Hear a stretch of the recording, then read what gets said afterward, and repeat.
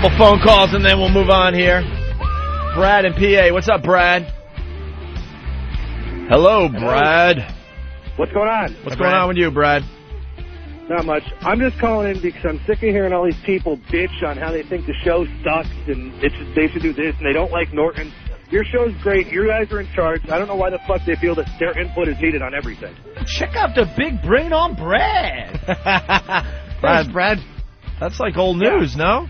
No one's really bitching these days. You still hear them. I mean, I only get to hear the broadcast, like when you rebroadcast them. Maybe you were listening to a best of or something. We've moved on from the bitching part. That's I just hear the bitching part. It just pisses me off because I'm sick of it. Is that a big kahuna burger? Say what again? Mind if I have some of your tasted beverage to wash this down? That was Frank Whaley.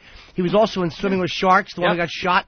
And he tried stand-up comedy at one point. He came into the Boston Comedy Club, and I brought him on. He was actually a very nice guy. Yeah? And Voss was really rude to him until he found out that he was like a bona fide actor. They tried to help him. Oh, trying to suck up. Groveling ass.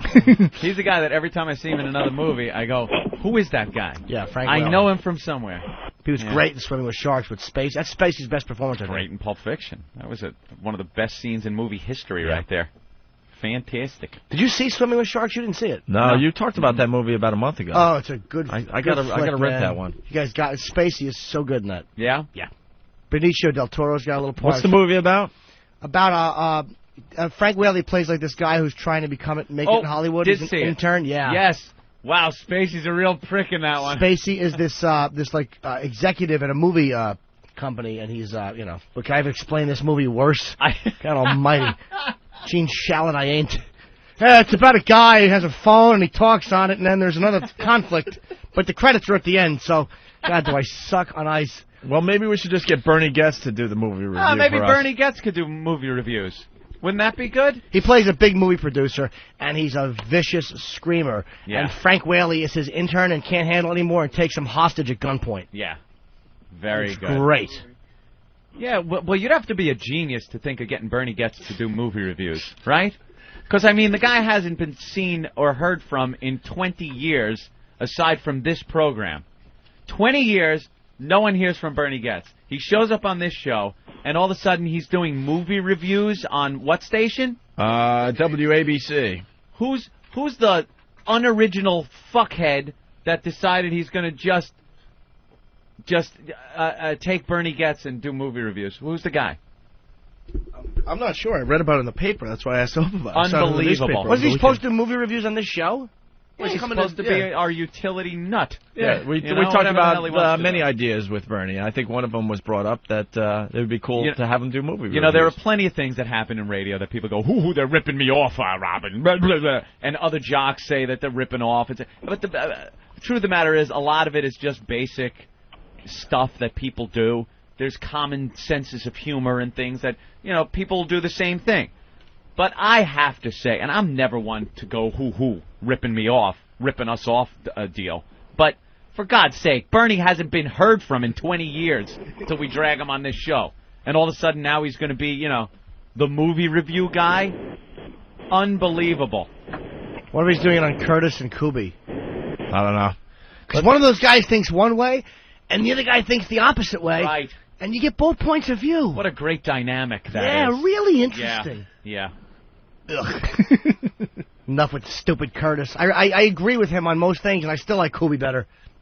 Oof. Yeah, the mobsters with the lobsters. We get it. You're a regular Joe. Shithead. Let's go to Mike in Jersey. Mike? Hey, how's it going, guys? Hey. Hey, can you hear me okay? Yep. Yeah. All right, cool. The one news story that you guys have passed over during the snow coverage is the ass munch standing in front of the mounds of salt with the salt trucks. Every snowstorm. In a couple hours, these guys will be outside. Hey, ready for the snowstorm? And then there's some schmuck going, yeah, we're going to be out there with the salt. Yeah, the news program's doing the snow coverage today? Oh, my God, it sucks. It's the same 3 stories every snowstorm. They should just run the old tape and never change it. There's nothing out there, by the way. Nothing. Yeah, the snow's melting fast, so I don't know why they're covering this storm. How was it coming in from L.I., Ant? Don't know. Oh, I thought you were Stayed in town. Ha. I was smart. I thought of you. I'm like, I wonder if it's like, really Thanks icy. for thinking of me. Yeah, no. No, I stayed in town. Steve had a rough commute. Did he really? Yeah, he had to go out and shovel. That's hilarious. That's the problem with living in the suburbs. Shovel, he just walks up and down his driveway and all melts away. His boots. It's amazing. His boots. I thought I thought we weren't even going to do a show today. I was convinced Anthony would be stuck or somebody would be stuck. On my vehicle. And I signed in at 5, and you beat me in, and I'm like, what? Yeah. I had a little short walk. That was it. I wasn't sure if we'd do a show considering the rest of the country is off on President's Day. But then I remembered. We're not. We're a very dedicated radio program. We work for a living. Are they off down there in D.C.? Yes. Like office it's a company people? holiday, yes. It's a company holiday. Yes. Yeah, they're out of Washington. That's what you do down there. What about here at these lovely studios? Will people be showing up? Well, the Oompa Loompas here. Oh, I saw Frank's place guy when I came in, which was very early. He was hard at work in the production. We like him now. We like him now. I know. Yeah. Got no problems with him anymore. What do you think Eric Logan is doing on President's Day? Do you think he's looking in the mirror and realizing that his haircut is like Kim Jong-il?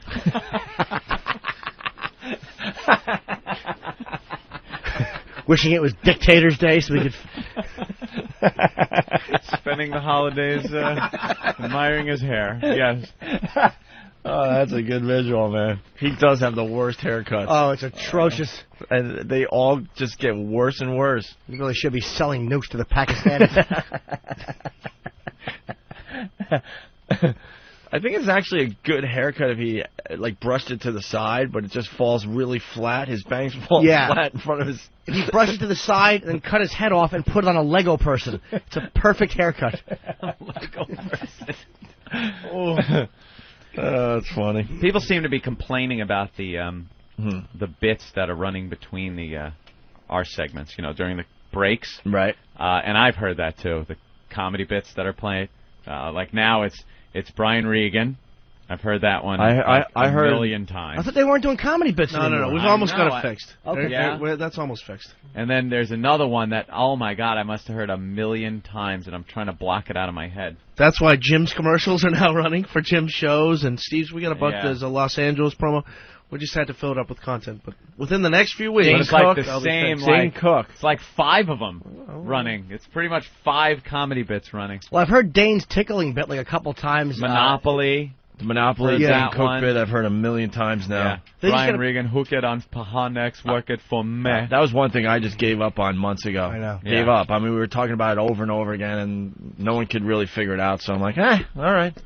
We'll control what we can. That's what they say in Washington. There's things we can control and things we can't. I know what we can control. This is in the bucket we can't control. But I seriously, people think I bitch a lot, whatever. I do, but I gave up on that one, so I stopped bitching about that because I knew we weren't going to win that. It'll be out soon, though. Ben says it'll be out soon. I believe Ben.